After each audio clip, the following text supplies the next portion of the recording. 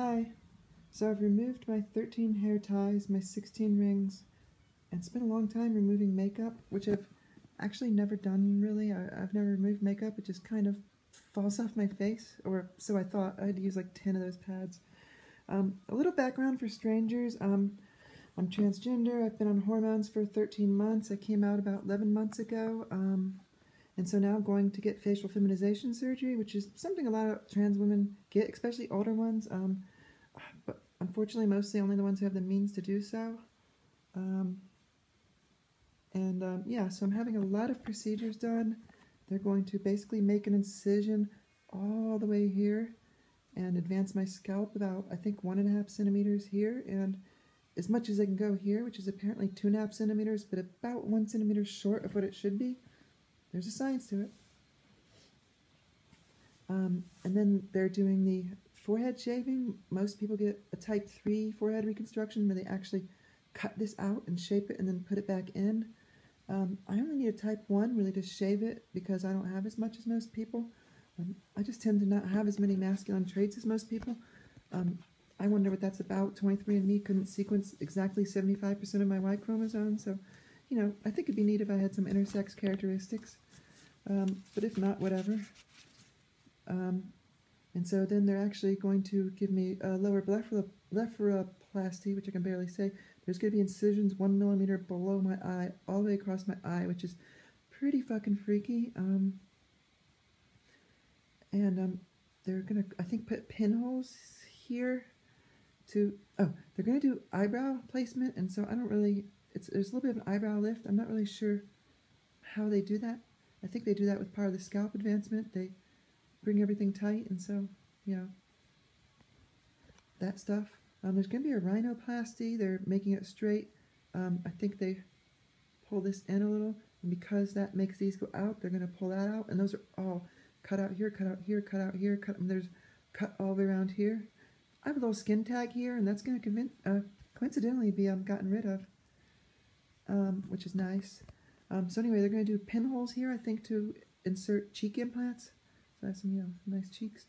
And then they're going to do they're also going to do nasolabial implants here and here, which somehow, like, you know, flushes the face out, which is a feminine thing I don't really understand. In between the two implants, they're going to do lipofill. They're going to take only 10 milliliters out of my stomach, which is not much. If you actually get liposuction, it's, you know, hundreds of milliliters sometimes. I'm getting 10, and they're putting them in between, and you retain 30 to 50% of that fat. They said 50, and so, you know, I might just have 5 milliliters of fat permanently here to kind of flush out the face in between. I'm not getting a lip lift. Most people get that, but I have a good distance here. Most people have a lot more. Men, put your finger here. I bet it's more than even your thumb of a distance. Mine's like, you know, a middle finger of a distance. This is the finger unit of measurement. I always get a zip when I have stressful life things. Then there's going to be chin contouring. They're going to make my chin more feminine, and actually it's going to shave a little here to make it go in here, which is kind of weird. In a way, it makes my chin pointier, but that's something that females have. Did he say the neck liposuction? I'm supposed to get neck liposuction. Yeah, he said that. Okay. And then, of course, the mandible contouring, just making this jaw shorter. Yeah, they say I'm probably going to be puking for 2 days afterwards. That's not cool.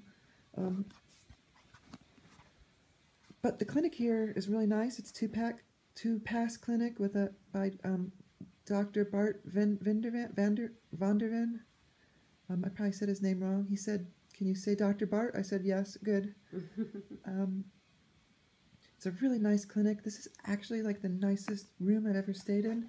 You probably can't tell from me throwing my iPad around, probably too fast to track, but like the bathrooms are nice. Everything is like really modern. Like at the table, the pepper shaker is battery powered, and you like press a button and the pepper just comes out. Like everything is ridiculous. The food is like freaking amazing.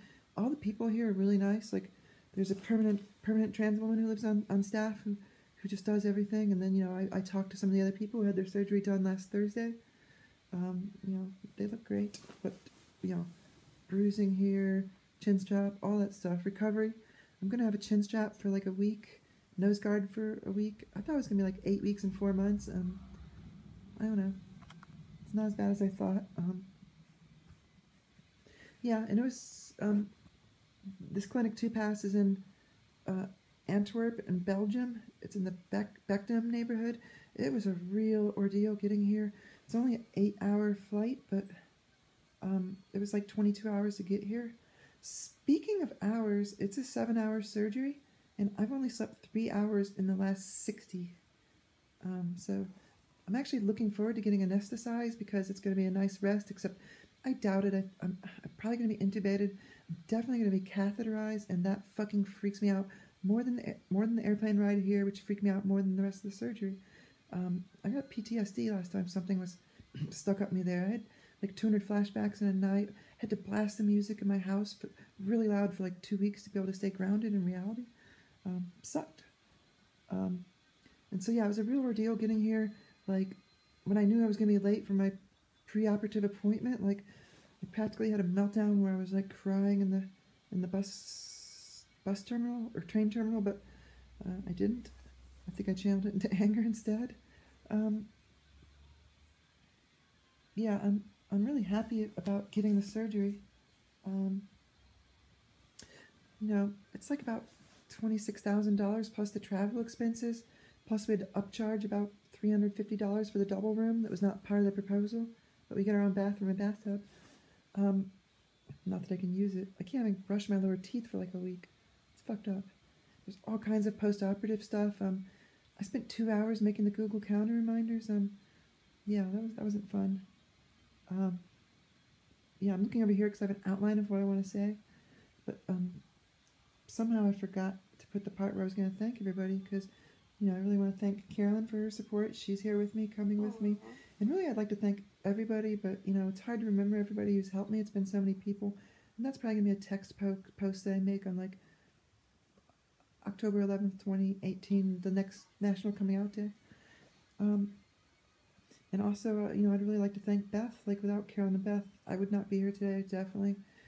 And, you know, for all I know, I wouldn't be here on this planet without them. So, yeah, it's been great having the support. Did I say how much this cost? I did. And, you know, the surgery is like $30,000, but I'm actually like $54,000 into this transition just with one surgery. And, I might have another 0 to 4 surgeries, depending on how things go. Most likely it's boob job, but they're kind of growing pretty good. Guess you can't really see it here. My eyes are up here. But yeah, I just, you know, really want to thank everybody. You know, I'm scared of the catheter more than anything, but of course I'm scared of the surgery going under. There's always a chance you can die on the table, though. I think he's done 1,500 people, and the only person who died already had a bunch of medical problems, so, you know the risks. Of course, I'm genetically in the top 1% to get DVT, but they have all kinds of stuff, like ankle things that squeeze your thighs during the whole surgery to keep you circulated, blah, blah, blah, you know, leaving it in the hands of the professionals. But, you know, I'm also really, really happy about this. This is really the most important surgery for my transition because the face is what everybody sees. Like, if I get my penis turned into a vagina, like, that's kind of a minor thing to me. Like, nobody's going to see that except for, you know, a handful of people. So, I'm a little scared, but really I'm mostly happy about this. Yeah, I just can't believe that I'm here already and that it's happening. So, yeah, I just want to take one last video of my face, you know, take in this beauty because it's going to be more later. I love you, Karen. I love you, Beth. You know, I love my family and my friends and everybody else. And, you know, I just want to thank everybody for their support and staying with me this past year since I came out. Well, 11 months since I came out. And so, yeah, you know, thanks for following along in my stupid self-indulgent adventures. Yeah. So, yeah. I'm going to go to sleep now, and I'm going to wake up and probably be back asleep again within 2 hours when I'm anesthetized. 7-hour surgery. And, probably probably 2 days of misery afterwards with pretty much guaranteed vomiting all the time. I don't even puke, so it's gonna be interesting. I've only puked like 5 times in my life. So, you know, I could probably prolong this video so you can see me cry more, but yeah, I think I've said everything that I should say right now according to my outline that I made. So yeah, thank you. I love you all. Bye.